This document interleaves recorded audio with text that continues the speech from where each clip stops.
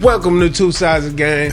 A-Wax, Big Tone, A-Wax, we back in this thing, man. I just drugged my boy Tone and D in this thing to do an episode. They was doing put-ons in the alley back there, man. I had to grab him, man, you know what I mean? We said, man, we got to get some content out. We getting back on our thing, man.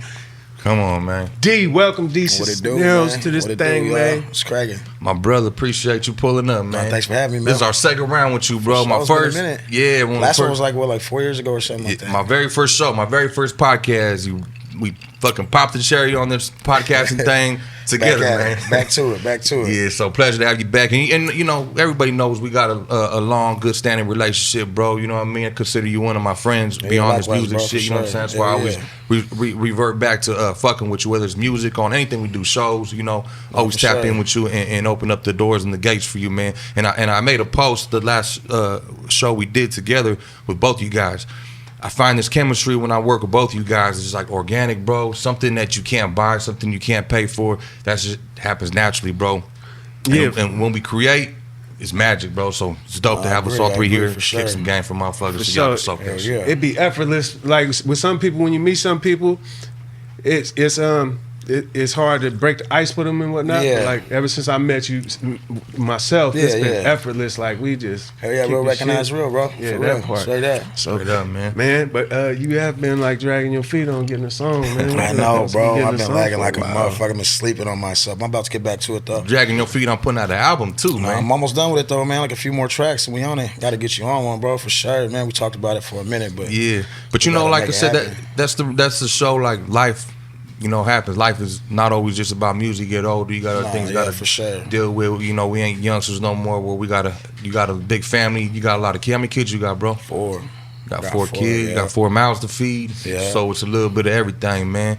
But other than that, like, what else you got going on, bro? So not much, bro. I just been out the way, bro. Like I said, I'm almost done with this project.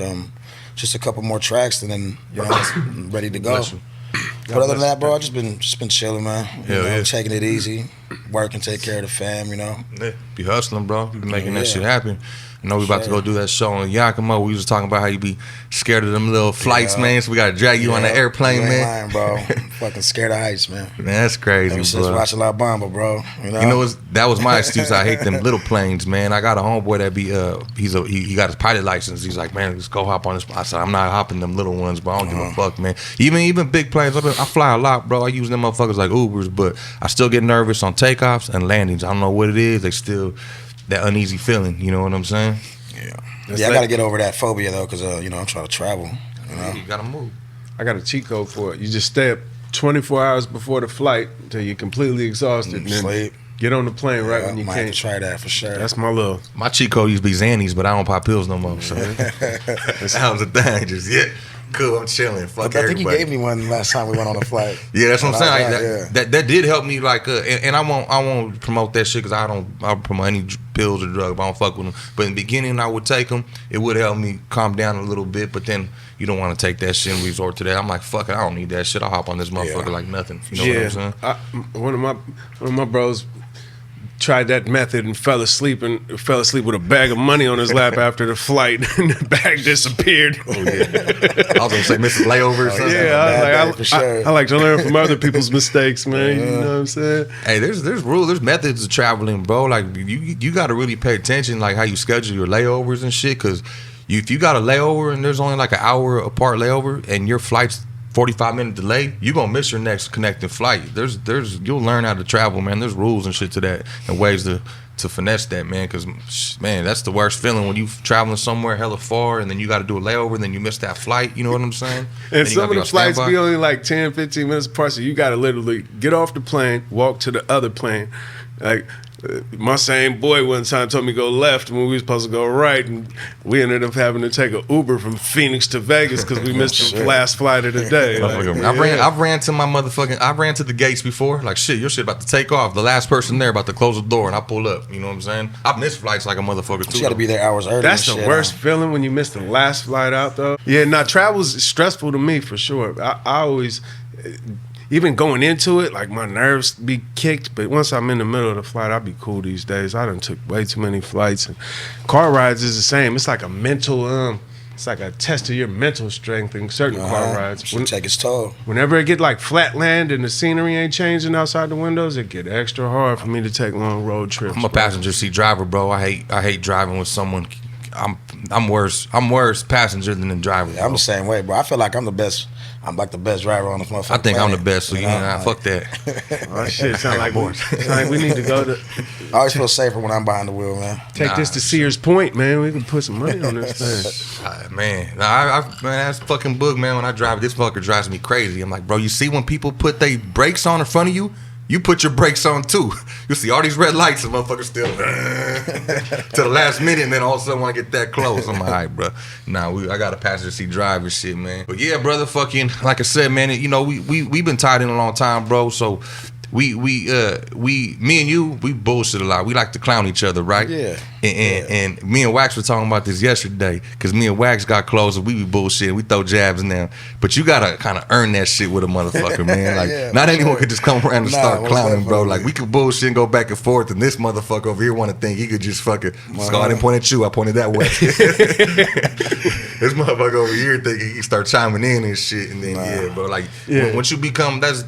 What I'm getting at, like once you become a homeboy of mine, that's how I show endearment. Is I like to clown and talk shit. Sure. You know what I'm saying? Same way, for sure. And alcohol always makes it a little spicier too, man. Yeah. I see you and your brothers be doing that shit all day. Y'all be going in on each other. Oh yeah, bro, we talk shit fluently, man, back and forth all the time. Shit, how many? You got a real big fucking family out there, man, and on some real shit. Like you got a big family that's well respected in Sacramento. You know what I mean? Yeah. I know your last name. You guys are damn. Shout out to the family, man. My Dee Cisneros family, man. Love y'all. Y'all like that. Your own. You guys got your damn near your own gang, man. With as many you motherfuckers, man. We pretty deep though, man. We pretty deep out there. Between cousins and brothers and uncles and all that, how deep you think you guys are? Shit, I say probably like, I don't know, probably like. All of us that are like close and shit like that, like my pops' brothers and sisters, their kids, it's probably like I want to say like roughly like 50 of us. Man. You know what I mean? Most I reproduce like a motherfucker. Yeah, family reunion, crazy. Oh yeah, it's deep, bro. I be posting it sometimes, bro. We be hundreds of people over there. That's crazy. That's dope. I got a big family. Like a lot of them are from like down south and shit too. So yeah, you know it's cool, deep as fuck out there. Matter of fact, we got a family reunion this year. It's gonna be like our 32nd one. Hell yeah, hit me up, man. I'm finna pull up, man. For sure. It's down south, as a matter of fact. Oh yeah. Knock some songs out. Get some work in while you're down there. They had you guys though. I think we talked about this on our first interview, but when they came in, you got hit with like not an indictment, but they came and did a little sweep, and they was kind of saying that like they was saying your whole last name is a gang. There's a whole lot of bullshit going on out there at the time. You know what I mean? And you know like. You know, we fuck with the homies out there and shit like that, and this shit just got pointed towards us, and you know they did like there was like 7 spots. You know what I mean? They raided at the same time, like at 7 in the morning. They hit my shit, bro. Like I was fucking Osama bin Laden. Yeah, they had your face flashed on the news and shit, huh? Yeah. Being from out there, D, I know like Sac is the capital. It's the capital city of California. Yeah, so I feel like in those kind of cities, the police be a little extra because it's like political motivation for them to try and catch arrest headlines and whatnot from the prosecutors and the DAs and just the police in general. They always be a little above and beyond with how they. No, for sure. Cops out there be tripping. You know, don't get me wrong. I've met some cool cops, you know what I mean, that do their job, but most of them, bro, them motherfuckers is dicks. I've had my experiences with them to where like, you know, that's why I be saying like, fuck the police. Not all of them though, you know. It's just the bad one. It's the bad police. Fuck the bad police, you know. But yeah, bro, I try to stay away from them though, cause they'll spot me. You know what I'm saying? They recognize a motherfucker all the time. You know what I mean? Always fucking with me, but yeah, it's crazy how they like people in general in this country. They try to like paint law enforcement with a broad stroke brush and just be like law enforcement, like their word's more valuable than a common citizen's word. But it's good cops, it's bad cops. Like it's pit bulls that bite, it's pit bulls that let you pet anyone pet them. It's a case by case basis, and even it don't matter if you're a police, a dog, or anyone. You gotta earn trust, and you gotta like just a uniform and a gun don't just make you someone trustworthy, even if you're a civilian. Sometimes they just be like their own gang, but I'm one of those dudes, bro. I always try to look from the outside looking in. Of course, I have my point of view of things, the way I see things, my experience and stuff like that, but I always try to look on a different logical view. You know what I'm saying? I'm a pretty logical person, right? So I understand, there is police that some people they do their job. And in reality, we do need somewhat law and order for a normal society, not saying the hood and shit like that, because our mentality is gonna be like, fuck the police. But when your grandmas and grandpa or somebody that's not affiliated with nothing, or normal business owners, you know what I'm saying? There's a lot of fucking retarded ass knuckleheads out here. I don't even know if I can say retard or get canceled these days. But I'm just saying there's a lot of fucking scandalous motherfuckers. And even us, bro.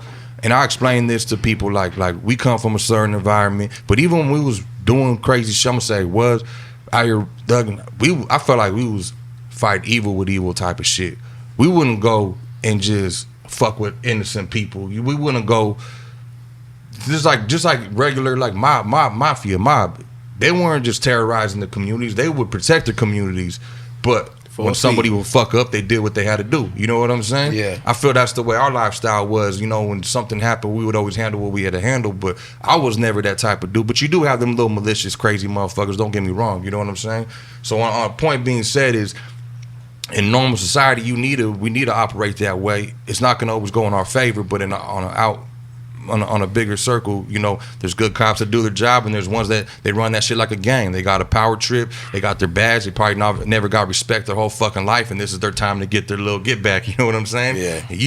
A guy like you used to fuck my girlfriend back in the day, you little mother. That's that bullshit. That's the worst feeling. Like that. That's why I just can't stand prison guards. Like if there's one job that I just hate them all, it's prison guards. Oh yeah, they bitches. Like, them motherfuckers is bitches in there. I feel like I definitely fucked their girlfriends when we was in fucking school, youngsters or something, and they knew me from somewhere, and you just look like the guy reminded them, huh? Yeah, like I remind them of that guy, so they're going to like, man, show some skin for count, banging flashlights on your joint all night and 4 a.m. Like, bro, just little shit just drive me crazy with them, and I can't stand correctional officers. Yeah, I'm bro. cool for them too. Yeah, egotistical men in general, bro. There's people like that even outside that motherfucker, bro. You know what I'm saying? Yeah, but you don't have to deal with them on the day to day, and that's one of the fucking, like, prison. You're just stuck with that shit. Yeah. Like, God damn it.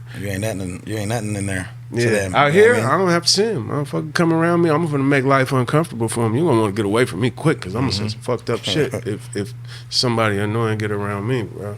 Y'all ever been roughed up by the police before? Definitely been roughed up by the police. They cuffed me and slammed my face into a car and gave me some cold rib shots one time. And I was a youngster too. I was under 18, and they rocked me up like that. But I was on some fuck shit, and they knew it, but they couldn't get on me. So yeah, when I was like 16, I got my ass whooped by the punk ass Citrus Heights police departments out there. Man, they came over for like a domestic dispute with my mom and my pops. Mm-hmm. Anyways, they came in and they manhandled my mom and like. Ooh. Dipped her on the floor, like knocked her out type of shit, bro. And I lost it, you know what I mean? Like, I ended up whooping his ass, like put his ass to sleep, like fucked him up bad, you know what I'm saying? And with the police? I got my ass whooped. I got my ass whooped for that though. I was handcuffed, you know what I mean? They were kicking me, I got maced. These motherfuckers put me to sleep. That was my first time ever being put to sleep, bro. I thought they was killing me, because he was on my back when I'm on the floor choking me. Like, I'm gonna kill you, motherfucker. He was trying to George Floyd you, huh? Mm-hmm. Yeah, that remind me of that story. Just had I had a flashback of that old E40 in the Click song. You fucked up when you slammed my mother. I always wonder, like, what was that song about? Like, sounded like they had to raid and slam E40 mom. Yeah, that's a fucked up feeling though, to be like seeing your, like someone you love, whether it's your mom's. That happens all the time. That's moms, like, no matter who it is. Exactly. Like, man, I don't care what you wearing. It's going down, dog. Yeah, they was trying to give me like 2 years on the youth authority for that shit. Damn. You know what I mean? It's my first time ever getting in any trouble, but they saw me. I was fucked up. They whooped my ass at 16 years old, and me and my brothers all went to juvenile hall the same night, the same cop car and shit. You know what I mean? Yeah. Because they had, you know what I mean, they got off too. So. See, nowadays, man, like that's the blessing of cameras too, though. Someone's got to see how they be. Yeah, body cameras too. Shit. Yeah. Because even me, when I was young, I did that happen with me in my first experience as a youngster, bro. I was riding with an older homie. He had a lowrider Regal on some rims. We're smashing. We saw an unmarked car, big old. White boy cops, bald heads, big old steroid motherfuckers flipped the bitch on us, yanked us out. As soon as he pulled me out and said, grab my hands behind the shit and grabbed it, all my knuckles is cracked. You know how they got them man hands, I'm a kid, grab my thing, and he just said, stop resisting. Ooh, that's I'm like, what? Stop resisting. I knew I'm on the ground, elbow to my neck, boom, knee in my, I'm like, yeah, it's real. You know, I felt that they got treatment a bad as a rap youngster. out here too, huh? They was getting popped. Oh, you ain't see the story they had on Tone? They had a news story out here that they caught him on. A lot of cops went down and that wasn't just on me, but that was the police they got a big indictment out here with the cops, bro. You know what I'm saying? When was that? Just recent, bro. Yeah, and I guess in some of the wiretaps that they released the transcripts to and whatnot from the police's indictment, they was in the restaurant with Tone and was being racist toward Tone and call me a wetback.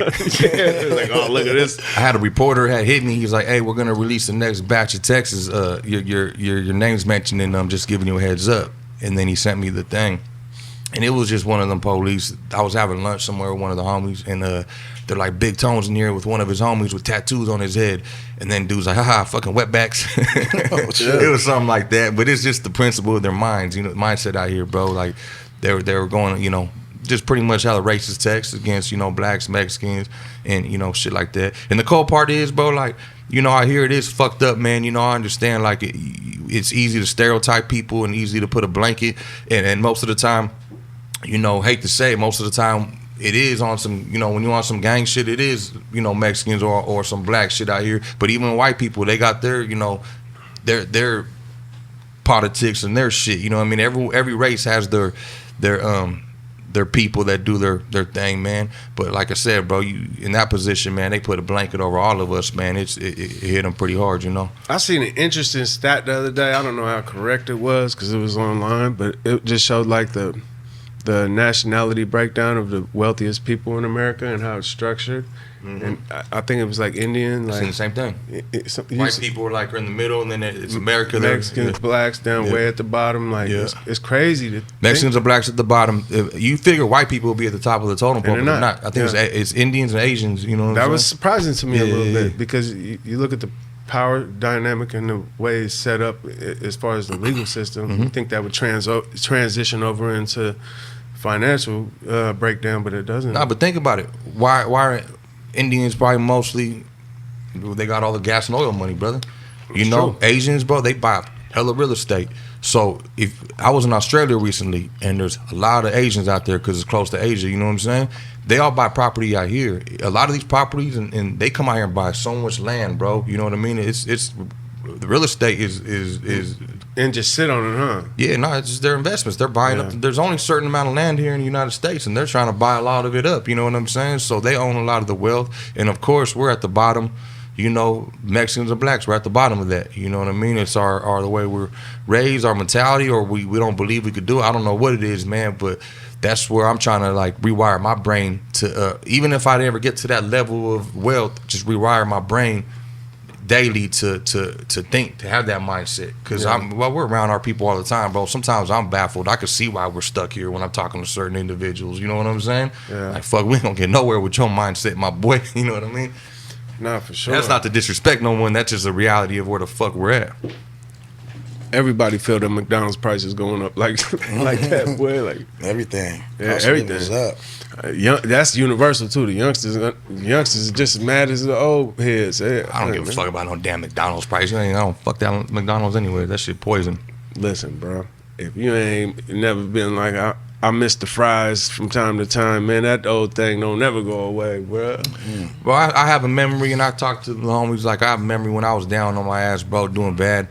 When I was trying to do the right thing and basically went under, bro. And I'd sleep in the whip. Bro, I had to soak my pride and stand in front of McDonald's and ask for some change. Because all I had was a Big Mac. Remember they used to get free little fried things? Little stickers? Yeah, and I got a free little Big Mac thing. Cool. And then I'm like, man, all I got. I had to sit there and soak my pride. Excuse me, man, you got a little dollar? Because we had the dollar menu back then, you know what I'm saying? So I grew up on fast food. I used to eat that shit all the time. I ain't knocking it, but that shit's bad for you. Now that I'm in the fitness mindset and trying to do that, that's poison, bro. Fake meat. You're eating...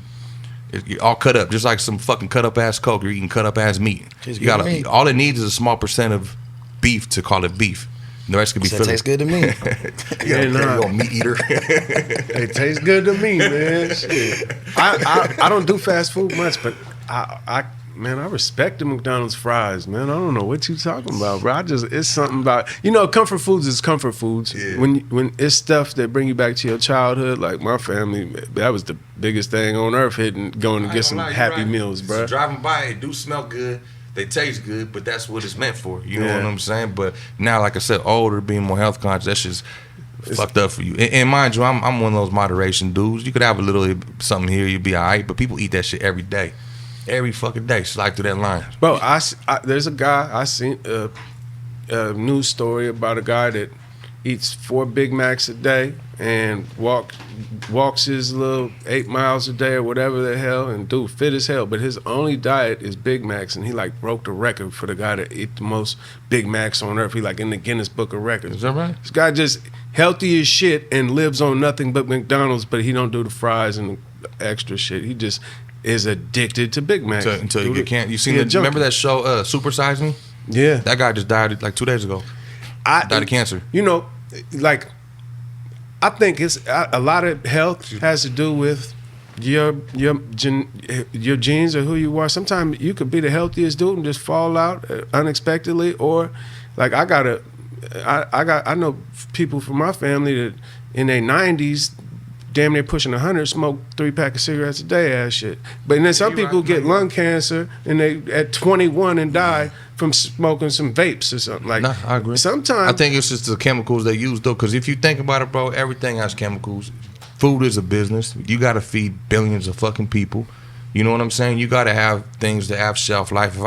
Whether it's fresh produce, they got to last on the shelves. They got to pick them before they're ripe. They got to look nice. Do you ever go shopping for fruits and vegetables or anything? Oh, I'm Instacart. Do you ever shop? Well, the people that shop, they're not gonna pick a rotten looking fruit. You know what I'm saying? You're gonna pick the best that looks the best. You know how hard it is just being a farmer in the cannabis industry to produce something that looks good from point A all the way to the shelf and sit there and be fresh. The timing of that, and then only have maybe a week to sit on that shelf looking fresh. You know what I'm saying? It's a lot goes behind that. So of course they spray them with certain things, waxes, and there's a bunch of shit that goes on to this produce, bro. It goes into the food to keep it in the shelf. And I understand it's a business, but we're consuming that, we're eating it, and that's why we get the cancers, we get these illnesses. You're putting chemicals or man-made into your body. And I understand it tastes good, but you're eating fucked up shit, and then when you're like, oh, well, fuck, I got cancer, you know, I'm on this, like, motherfuckers can't figure it out. It could be genetic, it could be whatever. I believe it's in the fucking food that's killing us. Hey, man, I think it's right on both ends of it, kind of. You know what I mean? Like it's a lot of factors that go into shit like that. Life be life, and regardless, bro. Yeah, man. Whatever, man. Where them fries at, man? You still been in the gym? You been on your shit still? A little bit, man. I'm gonna keep it a buck, bro. I'm busy, you know. I go to the gym every day. I still do that, but it's hard to be as disciplined as I once was, because when you're running business, you're doing other stuff. I was scheduling my meals every 2 hours. I was weighing my shit, counting my macros, making sure I'm at the gym this time, and I was letting business kind of get affected. I was running business around my fitness, and then I did a post about that yesterday, being well balanced. I still go to the gym, I still eat good. I just don't revolve it around my business no more. You know what I mean? I work, gym, family, and I do a little bit. What about you, bro? You still getting it? Nah, bro, I fell off a couple months ago. I gotta get back to it, man. Damn. I ain't gonna lie. At least you kept it a buck. No. Yeah, no, for sure. Yeah, you was getting it for a minute, man. Yeah, I was on it for a cool minute, going like at least 3 times. You was doing Pilates like twice a day? All that. Nah, but I gotta get back to it, man. I just bought some weights, you know what I'm saying? Like 2 weeks ago, and I only used those motherfuckers once. And it's hard, bro, to get back to it, like, after you stop for a minute. Just catching the momentum and again. Yeah, bro, because like that shit's rough. Yeah. You know, I felt a little bit weaker too, you know what I'm saying? You're gonna lose strength for sure. Nah, for sure. Just over like fucking like 2 months. But yeah, I gotta get back to it, man. Yeah, nah, man. Get back on it. You shredded down a lot, bro. You was getting it. I remember because you did have a little. You came out with a little bit of a. No, you came out shredded down before you went. You had a little baby fat going on, man. I was chunky as fuck. Bro. And then pictures of myself like, damn. Dude, and then you shredded up. 240, I think I was. But muscle memory, brother. You could burn that right off. You get it right back. Hardest thing to do is just to start. Yeah. You know what I mean? Once I start, I'm about to. You know what I mean? Be in motion. I was trying to get Wax to work out over here, man. He was on it for like 2 days. Yeah, I made it for about 2 days. I was like, man, bro. It's mental with me. Like the hardest part for me to do is be consistent on just getting out there to do it, getting in. Like same with any like. I just work so much, and my brain is always telling me like, what am I doing with my time? Can I be creating some music or doing something with my time to make some money, and I'm so consumed with that, it's hard to break away from it long enough to be like, let me get into the gym and focus on my health, like type. So I'm a workaholic. I'm a self-admitted workaholic.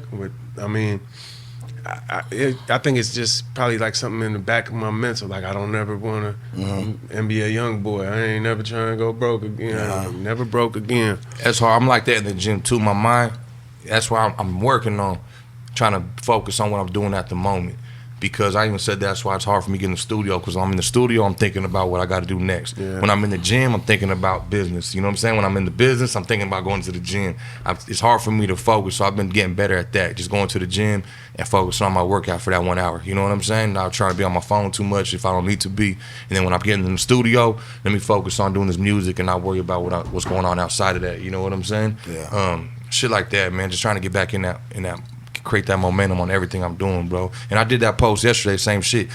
To me, this is my way of thinking. I'm willing to sacrifice a little bit of all of it to have it all. So when I was going to the gym 100%, I was getting yoked as fuck, but I was slacking on other things. Because everything takes time. You're right. If I'm in the gym, how am I going to focus on music? But if I'm focused on music all day, I'm not focused on fitness. So I'm learning to take a little bit from, bit up. I'm willing to only do 95% of this instead of 100 to give that 5% to this. Just a little bit to have more. Okay, now I'm willing to maybe leave the gym a little earlier to go have dinner with the fam.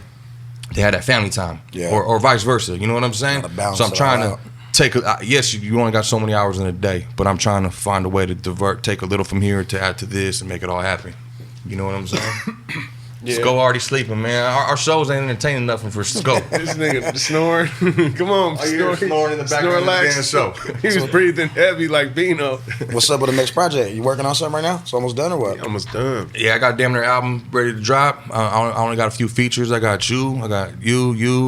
Lazy just dropped a feature. I'm waiting on bands. If bands ever slides through. I got Mad Dog on there, and then kept it just kind of simple. You know what I'm saying? I don't like to work with too many people. I only vibe with certain individuals, but so that's dope. Wax always working, you know. You got something coming too? Man, I got a bunch of stuff coming. That's what's up. I got an album of Tone too. We pretty much done with that thing. Something went off, Timbo? I got an album with Tone too. He got his skis. Waiting for his skis to get by. Yeah, what? His skis were hitting the wood. I know that motherfucker was that. Yeah, now we got a project. Me and D supposed to have a project, but I can't get D to get in here to finish his own shit, man. Yeah, Mob Influence too, man. We got to do that for sure. He be like, I'm gonna pull it to the lab, yeah, and then 2 months later, he's like, yeah, I got something. For sure, we got to get to it. But you got, and this is, I need to highlight this, bro. You have something so many people want, bro. I know, and this ain't taken away from anybody out there that's doing music or trying, bro. But sometimes I feel either you got it or you don't. Yeah. You know what I'm saying? Yeah. Like a natural charisma, people either are drawn to you or they're not. Yeah. You could work on it. You could. I feel like people could build it sometimes. You know what I'm saying? But when you drop, people fuck with you, bro. Yeah. Girls fuck with you. The homies fuck with you. You have something. So that's, to me, is a gift, a blessing, and you got to capitalize on that. Yeah. I don't know what the fuck you doing with it, motherfucker. Bro, I get that all the time from like my family, from the homies and shit, bro, because I ain't dropped nothing in a couple of years. But I don't know, bro, just all that other shit that comes with being a rapper and shit, like, I feel that. I don't care for it, like the fame and like but all just that worry shit. about the music. I like you don't have the music. Like I know that, but I don't know if you guys feel this way, but like with me though, like now that I got older and stuff like that, like it's kind of harder for me to sometimes just to come up with shit. You know what I mean? I feel like I done said everything I had to say. You know what I mean? Like I've been doing this shit for a cool minute. You know what I mean? So I was like 15, 16 years old. You feel me? And like, just me, in my opinion, like I feel like I'm kind of like outgrowing it. Yeah. Rap, you feel me? I feel that though. You know what I mean? I'm 37 years old, you feel me? And like, I still love to do it, bro. You know what I mean? Music doesn't have a time limit, you know what I'm saying? It's just that, like, just me personally, bro, sometimes, like, it's just hard for me the passion for it ain't there as much as it used to be, you feel me? Yeah, that's like the Andre 3000, Lil Wayne argument. Like, I get both sides of the spectrum. Like, I don't get it, but I get it. What were they debating? Like, Andre 3000, like, don't rap no more, and he one of the best rappers considered widely in the game, right? And he said something, like, he made a flute album recently with just flute playing or something, and he did an interview to promote it and just said he just has feelings like you do about rapping still for himself. Yeah. And they asked Lil Wayne his take on it, and he was like, I feel the opposite. I feel like at my age, just everything to rap about still. Like, I'm kind of on the Lil Wayne side of the debate. I just feel like there's never enough you could rap about. Yeah. And also, like you were saying, like, you feel like you said it all, or it's all been said before, like, yeah, but it ain't been said in the same ways. Yeah. Everything's been said before. Even before any of us ever started rapping, there was a rapper that rapped the same way, but he don't have our unique experiences and our insight from a personal viewpoint. And we have views on everything. Like, same as it could be a boxing match that happened a week ago. Me and you both watched it. We're going to have different opinions. Tone going to have a different take on that, and he going to see it in a different context and be able to provide a different take on how he viewed it that could open someone else's mind and open their eyes to what is something that they missed on watching it real time. You know what I mean? Yeah. That's my take, my 2 cents on it. You know what I mean? To each his own, though, but you know what I mean? Like I said, like, I love doing it, but I don't know, bro. Just like I said, I feel like I'm kind of outgrowing it a little bit.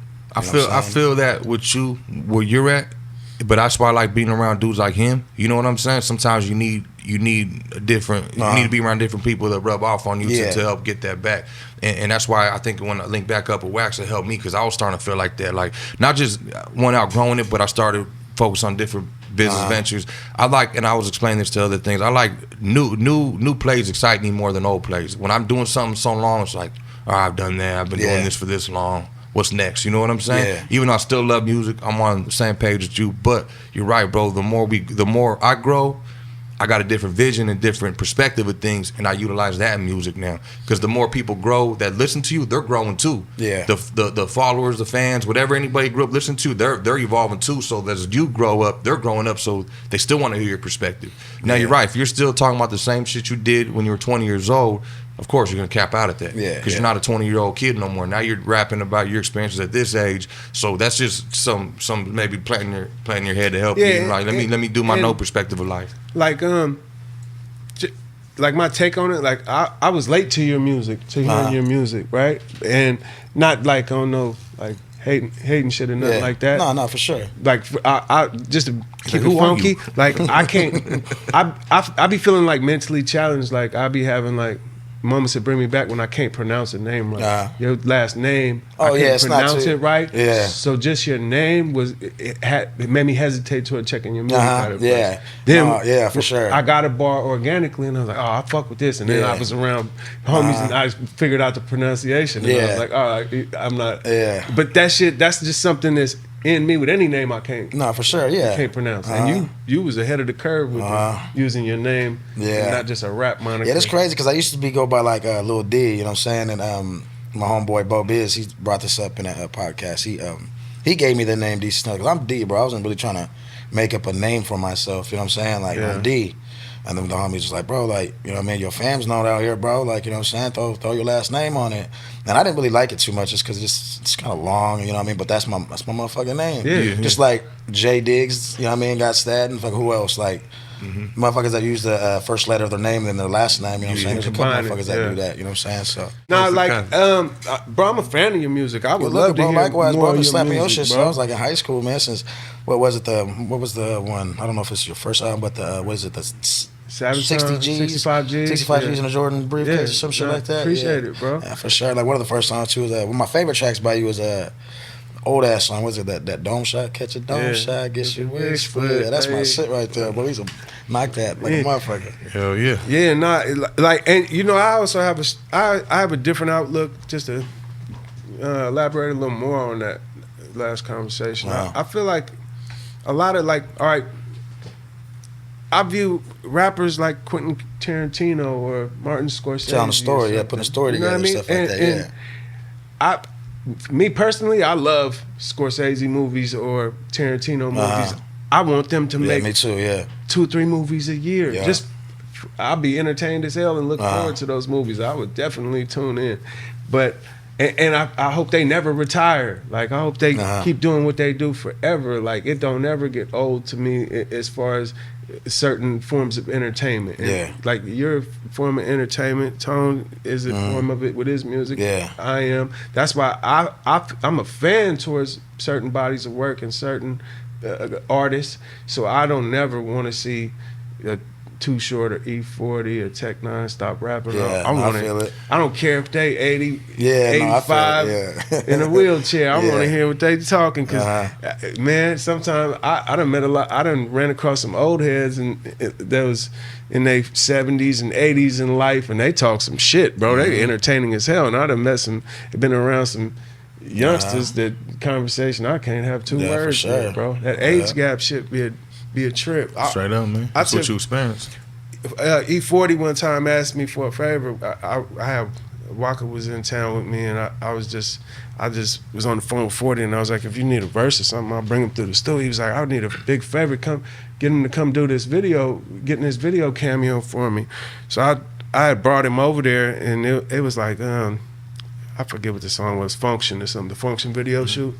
I brought Waka over there, and I like introduced him, but 40 was a 20-something year age gap from E40 and Waka, and Waka's from the trenches of Atlanta. 40's been living in some, he's been rich for a long time. We could all agree with that. So it was just an awkward conversation, and that beyond the introduction, they weren't able to like hold a conversation, and I was hella conscious of it in the moment. So I was like, all right, I just had to kind of break the ice and make Waka feel comfortable because he out of town and whatnot too, you know what I mean? But in this instance, that's actually better for Waka because that's the end goal you want to be like, right? Yeah. You want to get out the trenches and be in the big houses and live the beautiful life, which obviously I think he's evolved into anyway. Yeah, you know? definitely. Yeah, Waka, I watched him. He had to learn it on his own. He got just thrust into it. But them age gaps, sometimes it'd be hard to meet with younger people or older people and for them to just get along in the moment. Sometimes you really gotta. Yeah. See, to me that would be a blessing, bro. Like, I think that's what helped me being young, being around adult boys and dudes getting money, versus me being around the homeboys growing up. I obviously idolized certain things. The homie straight out the pen, straight out the, you know, that was the big homie look as a kid, right? That's what I want to be like. That's what I'm striving for. And then I start getting older, start hustling. I start hanging around, start seeing some D-boys get money. You know what I'm saying? All these fools pulling up a brand new whips. They got the baddest things with them. They buying houses and shit. You know what I'm saying? Now I see that vision. But so I would mix that. Now I'm, you know, obviously a homeboy doing my thing. I got this image, but now I start getting dough. You know what I'm saying? So I would take a little bit of everything that I liked and respected, and then I met Wood, obviously. You know what I'm saying? Through Wood, I started doing music. You know what I mean? I did music right before I met Wood, so I met him, but he motivated me to do something bigger with it. And it brought me around a bunch of individuals like yourself, and I would always take a little bit from somebody and build my own me. You know what I'm saying with that? You know what I mean? So I would love to be, if I was in Waka's position at the time, that'd be dope. I wouldn't bump heads with somebody that's in a position I would love to be in life. That'd been fucking dope. You know what I'm saying? Yeah, no, definitely. And like I was in prison with an old ass dude one time that I met on the yard, and he was probably like 70 years old and was hooping like he was 20, and I didn't get it. I was like, man, what's this dude doing? You know, that's genetics, man. And he came to prison when he was like 70 for hitting a lick or trying to rob a store or a bank or something, hit some kind of stain. We used to just kick the shit on the yard afterwards after we played ball, and I asked him one time, man, how the fuck you in here, bro? You old as shit. He's like, hey, I'm a couple years from like a retirement home, and my family committed me to something like that's a financial burden on my family. I just said, fuck it, I'll retire in here for free. I get 3 meals, I get a free room and board, free rent, free health care. Like, all that, man. Like, man, run that shit, man. What kind of perspective is that, man? I seen it. I was like, shit makes sense to me. You like it, I love it, dog. That's what I'm saying. You got different perspectives. He might see something. We watching the boxing match. He see it different than I see it. I'm like, you dumb motherfucker. Like, what? Motherfucker, that was your plan. Your retirement plan for the fucking pen. That's the best you could come up with. Like, look, they ain't hiring no old people, man. What you want? Yeah, man. What you like? Ultimately, D, like, what's your goal, man? Because, you know, I don't know if you think that far ahead. You know, I'm not. Something just popped in my head with something else, but I ain't gonna bring that up. I don't know, you know, if you Do you have like an end result goal? Like, is music just something you want to do? Is it a stepping stone? Is it like, hey, I'm just gonna do this for the long? Do you have something that your big picture goal is? Not really, not with this music shit, bro. You know what I'm saying? Like just in life in general. You know what I'm saying? You know, just just kind of hard to say right now, but shit, bro. I just want to be healthy and free. You know what I'm saying? My family taken care of. You know what I'm saying? And a big house. You know. Just, all that the American dream, you know. Yeah. Salute to that. For that, you feel me? Yeah. Just having a better life in general, huh? Nah, for sure. Staying out the way. Yeah. And even too, though, like I said, though, like, even when I do step away, kind of like from this music shit, bro, like, I don't know if you heard any of my sons or whatever, bro. My son, he's like 20, but he be blessing too, man. You got to try to get him in the lab, bro, because he's pretty fucking good. He's better than I was when I was his age, you know what I'm saying? But he's kind of like his pops too, like where he doesn't really want to take this shit serious. But I try to sway him into taking it serious because he's young. You feel me? Still got a long way to go, and he's talented, man. You posted a video of him rapping. His shit went up, huh? Mm-hmm. Yeah. He be busting. Yeah, it's in the family. Your sister got talent. Yeah, she be singing and shit too. I don't know if she's been doing it lately, but yeah, my other son, he be rapping and shit too, man. It's just crazy. Yeah. I encourage all younger artists to. It's like kind of a little nails on a chalkboardy to me when people don't take it serious, because if you're talented, if you enjoy doing something, why not pursue it? Like D. It's go with that, man. Like you running from it, man. You got this talent and you don't want to. That's what I was going back to. You know how many people I know that are in the studio every fucking day. They drop videos all day. They just want this so bad and it don't hit for them. Yeah. Not to like take away, because I never want to take it on his hard work, but it does not hit for them. Like people just don't. Like there's a lot of, hey man, buy my shit here. Try to hear. Yeah. They can't even give their music away, bro. Nah, for sure. They want that so bad they can't even give it away. Too. Like some of that has to do with sauce. Yeah, you ain't got sauce. You just ain't got it. You can be a good ass, dope ass rapper, but but that's what I'm saying. It's beyond music. It's either you have something where people are drawn to you. It's even with politics or any kind of leader, bro. People listen to that person, bro. Do I want to listen to what this person has to say, whether it's music, as a speech, or anything, bro? People are drawn to you and they listen to you, and that is what it is, bro, at the end of the day. And when music, people want to hear your message. Not giving a fuck is a huge factor too. Like you got it. If you just don't give a fuck, like it don't matter if you're podcasting, any job you do, anything. Like when you start, it's like, oh shit, am I gonna be good at this? Who's trolling me back here? Who's trolling me back here? Somebody's a beer, really? It had to happen right now. He's been keistering that motherfucker. I'm telling you, that shit is like crack to this motherfucker. I've never seen somebody. He hooped the fucking beer. He hooped a beer in here. This shit wasn't even supposed to be in here. You hear that? You heard it too. He was trying and just making it worse. I feel like a lot of youngsters, when you first coming in and doing something, you're like, am I gonna be good at this? Is they gonna laugh at me? It don't matter if you're running track or doing your first track meet or you're doing a podcast, whatever. It's always that in the back of the mind, and you gotta overcome that. Yeah, you gotta get comfortable with being uncomfortable. Get comfortable in that. The first time I did one of these podcasts, I'm like, oh shit, man, I heard cameras in my fucking face and shit. So some shit on my tooth or something. You know what I mean? Like I was in my head, and that throw off the and I also caught myself being in the, you know what I'm saying? Every 10 words or something like that. You know, speak freely. Something I want to kind of give you your flowers on. What I think works for you too is you're not afraid to be vulnerable in the music, bro. Yeah. You know, you're very secure on that when you rap. I notice a lot of dudes want to sound like the toughest motherfucker every song. Yeah. They gotta sound like they the biggest killers every song. You know what I'm saying? Yeah. Which I encourage on artists doing, is letting people know the real you, because you come from that. You come from that environment. I've never carried myself like that, bro, because I don't think I'm a fucking tough guy. You know what I'm saying? But you come from that. That's the thing. That's where I'm saying is like you're validated, and not validated like that, but you're validated in a lifestyle where real ones respect you. You fuck with the real ones. You know, you got, like I said, a lot of respect in this, and you don't have to come across like, hey, fuck you, I'm a tough guy. You're able to be you, and that's what I'm saying. In the music, it shows you're able to do that, and I feel like that's why people are drawn to the music as well. You know what I'm saying? I'm a fan of your music because it's like this. It's got this Wiz Khalifa kind of it's got a smooth vibe to it, like with a little old school twist in the beats, and then it's just got a smooth ride into the beat. It's just your delivery and how you put your music together. I'm a fan of it just because of the vibe on that. It's a little sounds like South Park Mexican. Now, some people said I sound like South Park Mexican. People told me like I sound like the Game, but I don't really hear that shit. Yeah, it's like you just woke up, huh? I ain't rich yet, but I will be. Hey, I want to ask you, like, you know what I'm saying, because how do you feel about like rappers that aren't black using the N-word? Like, I mean, like, I feel like man, I feel like it's. You don't give a fuck?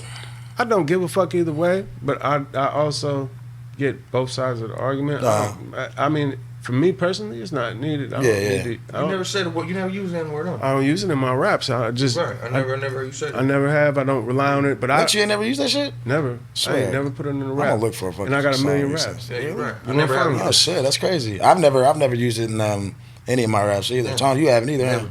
I'm conscious of not just that word. There's a lot of words I don't use. Like I don't say block. Like so many rappers back in the day. I'm gonna block with a Glock.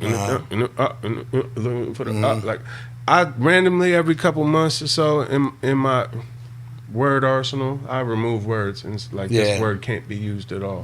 I commonly do that. Just if I hear other people using the word too much, I'll take it out, and then when I feel like they move away from it a little bit, I'll put that word back in. Yeah, I'm constantly looking at that kind of things in my wordplay. I feel like I can never learn enough with music, so I'm constantly trying to learn in it, and I enjoy the learning process of it. Like I know engineers that work Pro Tools, and they're masters at they all have been doing it for 10, 15 years of learning this Pro Tools program, and you could never learn enough. There's always something new to learn, no matter how much you know with Pro Tools. Just taking that for an example, as an engineer standpoint, you could never learn enough presets and shortcuts and new plugins and ways to tweak and adjust and speed up how you do things. I feel that same way about music, and a lot of the things that I don't know what's going. It's pure chaos ever since the beer. He started thinking about beer. He killed it and he crushed it. Yeah, he's gonna stone cold us. He clinched. Yeah, he was about to stone cold us and shit. But fuck, what were we just talking about? Hold on, the N-word using raps. Yeah, some Wood told me, always stuck with me, bro. And you're good at this too, man. I'll give it to you. You're intricate with what you're saying. You know what I mean? And it's not even the end words, the punchlines. It's the words in between the count. Yeah. Because I was doing that in the beginning when I first started, and I was using fucking this and the motherfuck that, and I would try to think of the punchline, just filling words with basic shit. You know what I'm saying? That's like an ABC rapper. You know what I'm saying? And that's where he was like, bro, it's find those in between words are the most important ones. You know what I'm saying? And I learned that early on, thanks to Wood, man. Because I was doing that, motherfuck this and then fucking, and I'll still talk my shit. We'll still throw it in there. But like you said, that's if you only could rely on those words, you're not thinking hard enough on what you're saying. You know what I'm saying? Yeah, and it's repetition. Like it's not natural from how we learn in English class in elementary school. It's not natural to learn how to write back to forward. Like know the ending of what your sentence is going to be, and then write the front that goes on forward. Yeah. So you have to teach yourself with it, and it's self-taught. There's not like a rap class you go into. So when I first started rap, bro, I didn't even know how to like count bars. You know what I'm saying? I was just like in the beginning when you came here. I didn't even know. Are you the last Savage out artist? Did you see what I'm talking about? It's just it's a dynamic duo. I don't. You know how I am. I don't fuck with people like that. Not on a.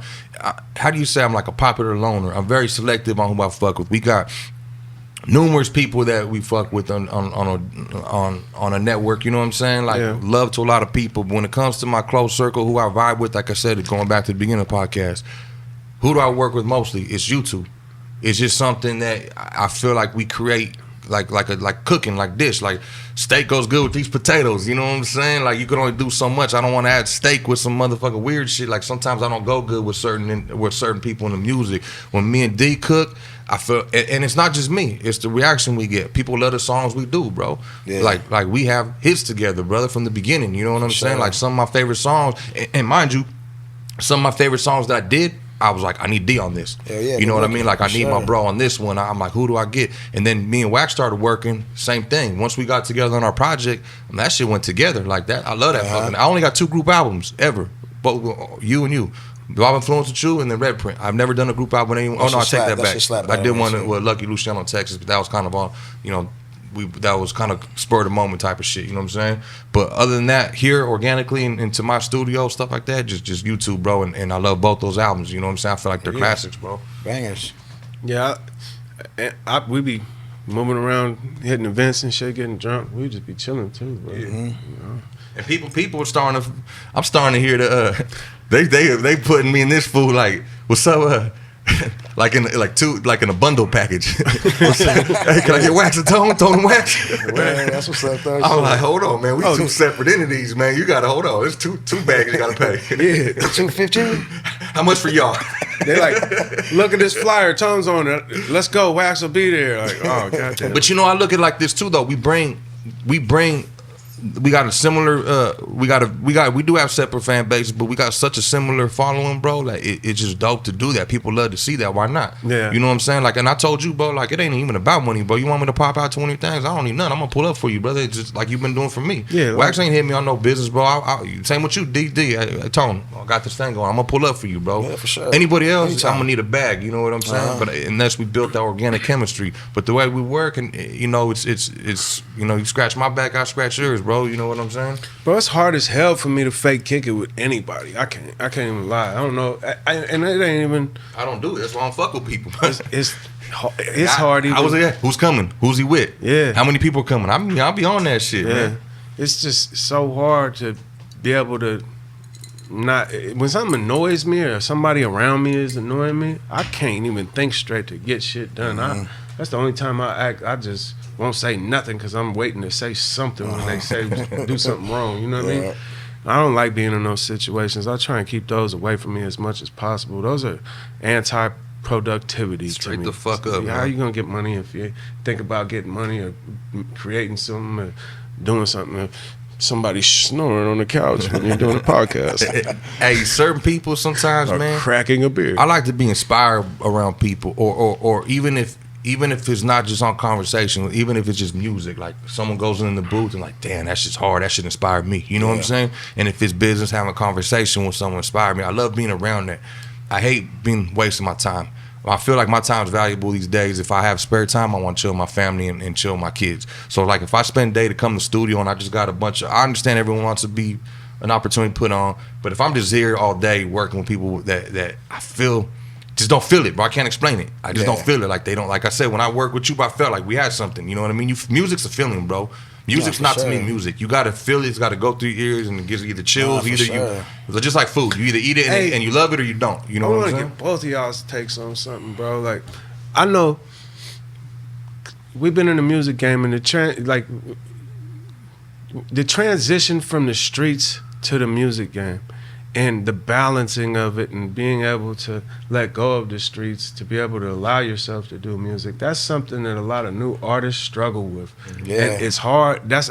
And I know my take on it specifically. You just got to kind of get over it. But I'm like, what do you think about that, D? So like, I'm sure it's a hard transition, you know what I mean? Because I remember like my first album, Son of a Gangsta, I was on some whole different shit, like talking shit, disrespectful, you know, and just over time, bro, just I don't know, learn to kind of like just kick back from that, you know what I'm saying? Because I don't want that energy around me, you know what I'm saying? Like if you're over there speaking that shit to existence, some other bad shit, you know what I mean? Eventually it's just gonna pop up. But these days though, I think like it's dangerous to be a rapper these days, bro. You know what I mean?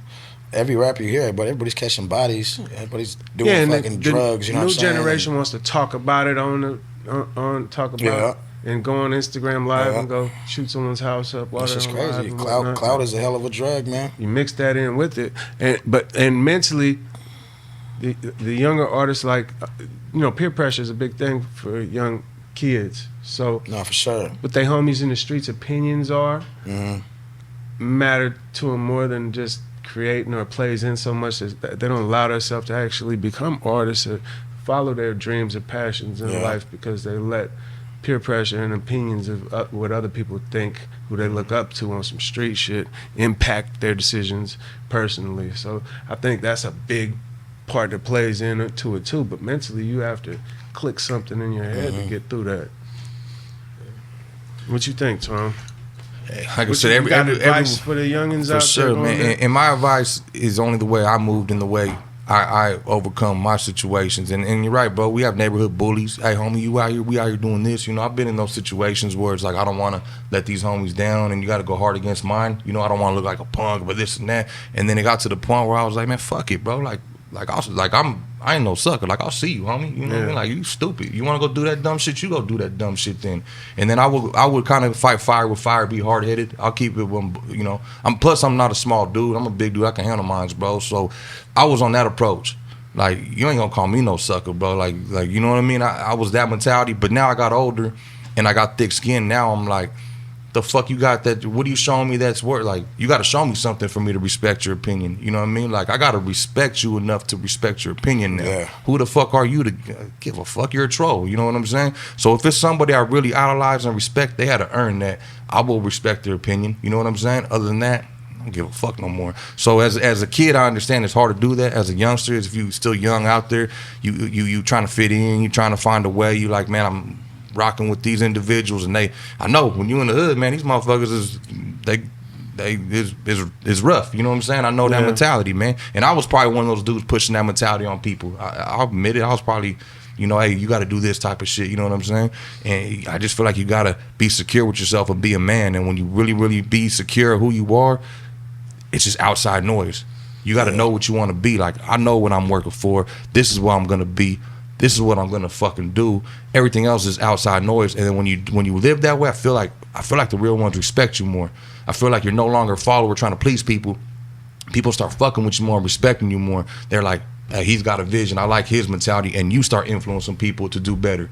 And that's why I feel like I have a voice and influence, whether it's only 100 people, 1,000 people, 10,000 people, whatever. It's a voice. You know what I'm saying? And the people that listen, I feel like they see that. Like, I'm not worried about what this dude thinks. Oh, is he doing positive things or a gangster rap? I'm doing both, motherfucker. What you gonna say? You know what I'm saying? I'm gonna give you a positive speech and I will whoop your fucking ass and I will rap some gangster shit and I'll ride with the homies and I'll go hang out with these dudes. What you gonna say about it? Yeah. I don't give a fuck. You know what I'm saying? So that's my approach. Stop caring what people think. Be you, your own entity. Yeah. That made me think too, like, you know, same as you gotta learn how to count bars or how to write music coming into the game. You also got to learn business, and I don't think any business just starts off smooth sailing. Like, even if you're just sustaining in a small business or pursuing any kind of achievement. Like, everybody got people in their backyard and their family be like doubting them. Like, look, she started a restaurant. No, I'm gonna buy them tacos, and then that's like universal for whatever field when people follow their dream. And then when the success comes, everyone's like, yeah, I knew that's my brother. I knew the whole time he was gonna make it. That tacos, I was the first one that ever bought that taco. I like that analogy, bro. You know, I think that, but no one teaches you that coming in and doing business. You just kind of have to learn that, and then when you realize it, you look back and you get the clarity of hindsight, and you're like, damn it, I should have never stutter stepped or hesitated going into it. I should have been full steam on and just blocked the noise out. But it all play back into it mentally, being able to block out that noise. That's one of the key ingredients. I think people depend solely on the small people around them's opinions. Yeah. Like, they go open a taco shop. What does this person think? What do you guys like? They're only dependent on those 10, 15 people you know that are dictating their future or their business. Yeah. There's billions of fucking people in this world. There's millions of people in this world. In your city, they might be 500,000 people in your city, bro, and you're worried about the 10 people that they don't like they're not supporting me. You know what I'm saying? Yeah. You gotta fuck their opinion. I feel like if you just do quality and you really focus on fuck the support from just because I feel, and this is my opinion, same with music. Do you notice some rappers only have support from their homies? Like, you got only their people that know them, that cheer them on, but they don't got fans that are liking their music. Yeah. Then you got people that got fans, and you don't see no homies cheering them on. I ain't gonna lie, I feel like I'm one of those dudes. When I post something, if I post music, I see strangers comment on my shit. The ones that support me, which I love because as a client, I feel like I give them a product. You know what I'm saying? They're the ones that mean the world to me. Yeah. And I see a few of the homies I fuck with on the, one love. You know what I'm saying? Excuse me. And that's just, I feel like it kind of either way or the other. You know what I'm saying? Once people start supporting you and you get the love, some people around you they might get tired of seeing that. You know, like you said, you got to learn to have thick skin with that too, not be so emotional with that. Everybody's got a favorite taco truck. It'll be 10, 10 different taquerias around here, but everybody could have tested that. We could all taco truck in the fucking 30-mile radius. We could all have a different opinion of which one's the best, but just because we might be the two friends of you starting your taco, when you get to thinking into why don't they like it and that hinders your progress like that, it could just be their palate. It could be they hating on you starting a business and seeing. But the market won't lie to you though, because if your taco truck's booming and there's a line every day and you're selling tacos, it don't matter if you don't like it, he don't like it, the people that like it. There's 50 people that do like it. That's what I'm trying to say though. As long as you have a market and people will support you, that's a business. You don't need the support from those 5 individuals that you know the best. You know what I'm saying? Or those 10 people, or your family, or your cousins, or your homies. That to me, that's not being a successful business, man. You're only trying to cater to a small pond. You're trying to be a big fish in a small pond. You know what I'm saying? So you need that support from the market, bro. You need to outthink just your own little people. I don't even know that what the fuck if we're still on topic. Because I was thinking because Dee's son is rapping, and I'm sure he's probably experiencing some of the things we're talking about right now, and probably not taking rap serious. He got a talent, like you were saying, and. So shout out D Son if you is on the fence about rapping, man. Dive into it, man. Little D. I encourage anything positive, bro. Nah, like you don't want to be out here hitting stamps and all day and risking your freedom for a couple of dollars. Any youngsters, anyone trying to find their way in the world. So I encourage any profession. It don't matter if you want to go be an engineer or architect or you want to do music. Like I encourage earning your money and working for a living and most definitely having a family and just being a productive part of your community and your family system. So D was a male escort before he started rapping, so you had to do what you had to do. Coming back from retirement, man. He's coming back. So if you need to follow him, man, he got his OnlyFans, Little D. But man, bro, it's always a pleasure to sit here and do this. Like I said, I know, like I didn't want to make it like an interview. We got to see you. I don't want to. We're just chopping it up, man. And that's something I'm trying to avoid. I don't want to always just be interviewing. Like we all have our opinions and voices, and we want to generally have a conversation, man. You know what I'm saying? So, like I said, bro, like you can't get more real than this. This is the trio, right? And I don't know why we need to do more music together, all 3 of us. You know what I mean? Wax is a motherfucking hit factory. Tone's always busy. I make time though. But I'll tell you this: when I drop a project, it's worth it. We make it worth it, man. You know what I'm saying? But we got to get in here more often. But anything you want to touch on, man? Like people that if they don't know something about you, what you got coming up, or anything you want to say? Man, just, shout out to everybody that's been fucking with me, man, all these years, man. I've been doing this shit for like for sure well over 10 years already, and all my fans and my supporters out there, man, I appreciate y'all. New album coming pretty soon, bro, and I mean that this time. Probably like by this summer it should be out. Probably calling it The Realest Part 2 maybe, but so y'all stay tuned, and Wax, Tone, appreciate y'all, man. We got to work for sure. You know what? Thanks for coming, chopping it up with us. Like he said, we don't want to always go into be no interviewers or nothing like that. We just like to kick the shit, and we like to give people a glimpse on how we be behind the scenes. This is how we really kick it for sure. Without no mic. Yeah, when these turn off, bro, we still chopping it up. You know what I mean? We start clowning a little bit more, but some of the shit we say we're a little out of pocket, man. That's all. We be getting on each other's helmet, man. But it's all love and always respect, bro. That's how you know we friends, bro. We more than just homeboys, you know what I'm saying? We could bullshit, and I won't get offended and want to whoop your ass for talking some shit, man. You know what I'm saying? Sure. But it's all love, my brother. Appreciate you pulling up, man. Everybody tuning in, man. Like, subscribe to the YouTube. We trying to get this shit rocking. Make sure you share this content, man. We trying to get this motherfucking platform to go up, so we need the help from you guys, man. You know what I mean? We ain't shit without y'all, man. So appreciate you tuning in. Yeah, if you don't follow me on Instagram, follow me at Dee Cisneros 916. Follow me. Spell that for my little illiterate people out there. DeeCisneros. We gonna spell it out right there, one by one. I got y'all. I was in special ed too. All right, y'all. Appreciate everybody tuning in, man. To the next one, man. We out this bitch. Yeah, peace. Two sides. Yeah.